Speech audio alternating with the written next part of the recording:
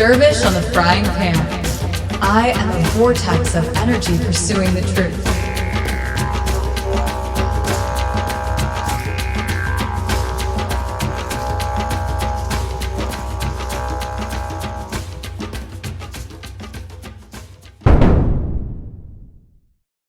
The inner master, true path to freedom. In the eternal dance of power and submission, humanity has long wrestled with the concept of mastery. Like a perpetual wheel turning through time, we observe an unchanging truth. The space of authority never remains empty. Yet in this seemingly endless cycle of external masters rising and falling, a profound question emerges. What if the real revolution lies not in rejecting authority altogether, but in discovering the true master within? History bears witness to an intriguing pattern. When one ruler falls, another inevitably takes their place. More striking still is the observation that often, those who replace the fallen masters possess even fewer qualities of true leadership than their predecessors. This degradation seems almost mathematical in its certainty, as if each revolution of the wheel brings forth leaders of diminishing virtue, wisdom, and capability. Yet this observation, rather than leading us to despair, opens a door to a revolutionary understanding. The problem might not lie in the existence of authority itself, but in its location. We seek masters in the external world while leaving the throne of our inner kingdom vacant, or worse, occupied by our unexamined impulses, fears, and conditioning. Consider the paradox. We cry out for freedom while remaining enslaved to our own unchecked desires, reactive emotions, and unconscious patterns. We demand liberty from external authority while allowing our internal world to exist in a state of anarchy or tyranny. Is this not the greater bondage? The more invisible yet more absolute captivity. The ancient wisdom traditions have long understood this truth. The Sufis speak of the nafs, the lower self that must be transformed under the guidance of the higher self. The Buddhists teach of the mind that must be mastered through diligent practice. The Greek philosophers advocated for self-governance as the highest form of freedom. All point to the same profound truth. True freedom begins with inner mastery. This inner master, this higher aspect of ourselves, possesses qualities markedly different from the external authorities we typically encounter.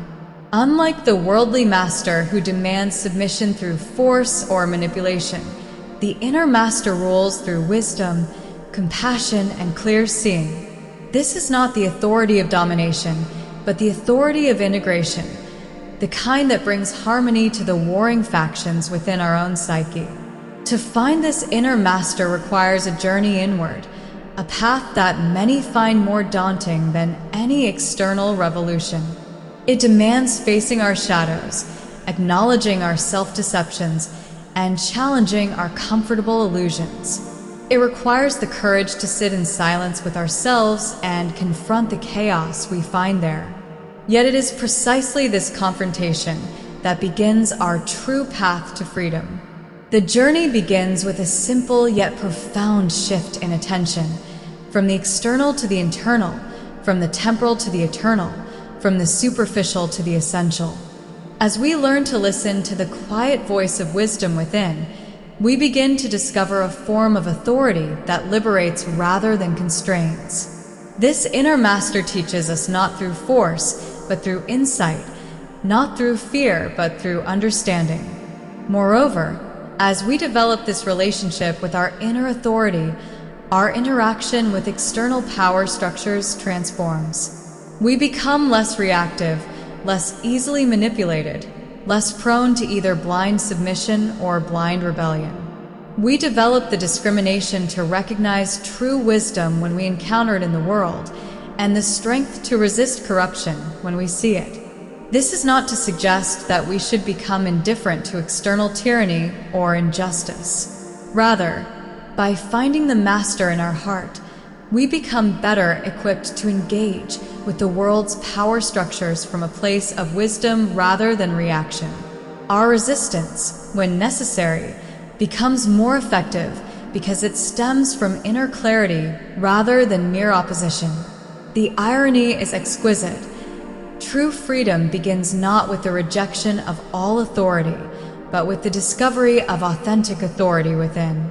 This inner master becomes our compass, our guide through the complexities of existence. Under its guidance, we learn to navigate both our inner landscape and the external world with greater wisdom and effectiveness. Perhaps most remarkably, as we cultivate this inner mastery, we naturally become better suited to hold external authority when life calls us to do so.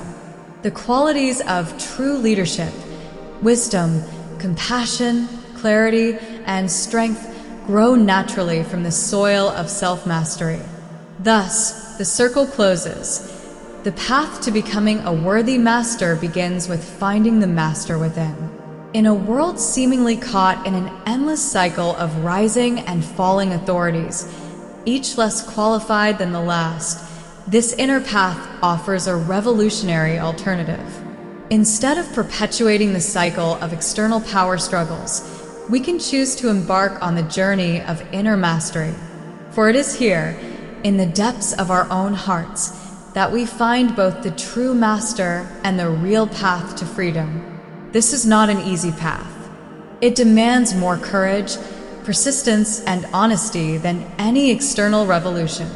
But perhaps it is the only path that leads to genuine freedom, a freedom that cannot be granted by others because it grows from within, nurtured by the wisdom of the inner master we all carry in our hearts.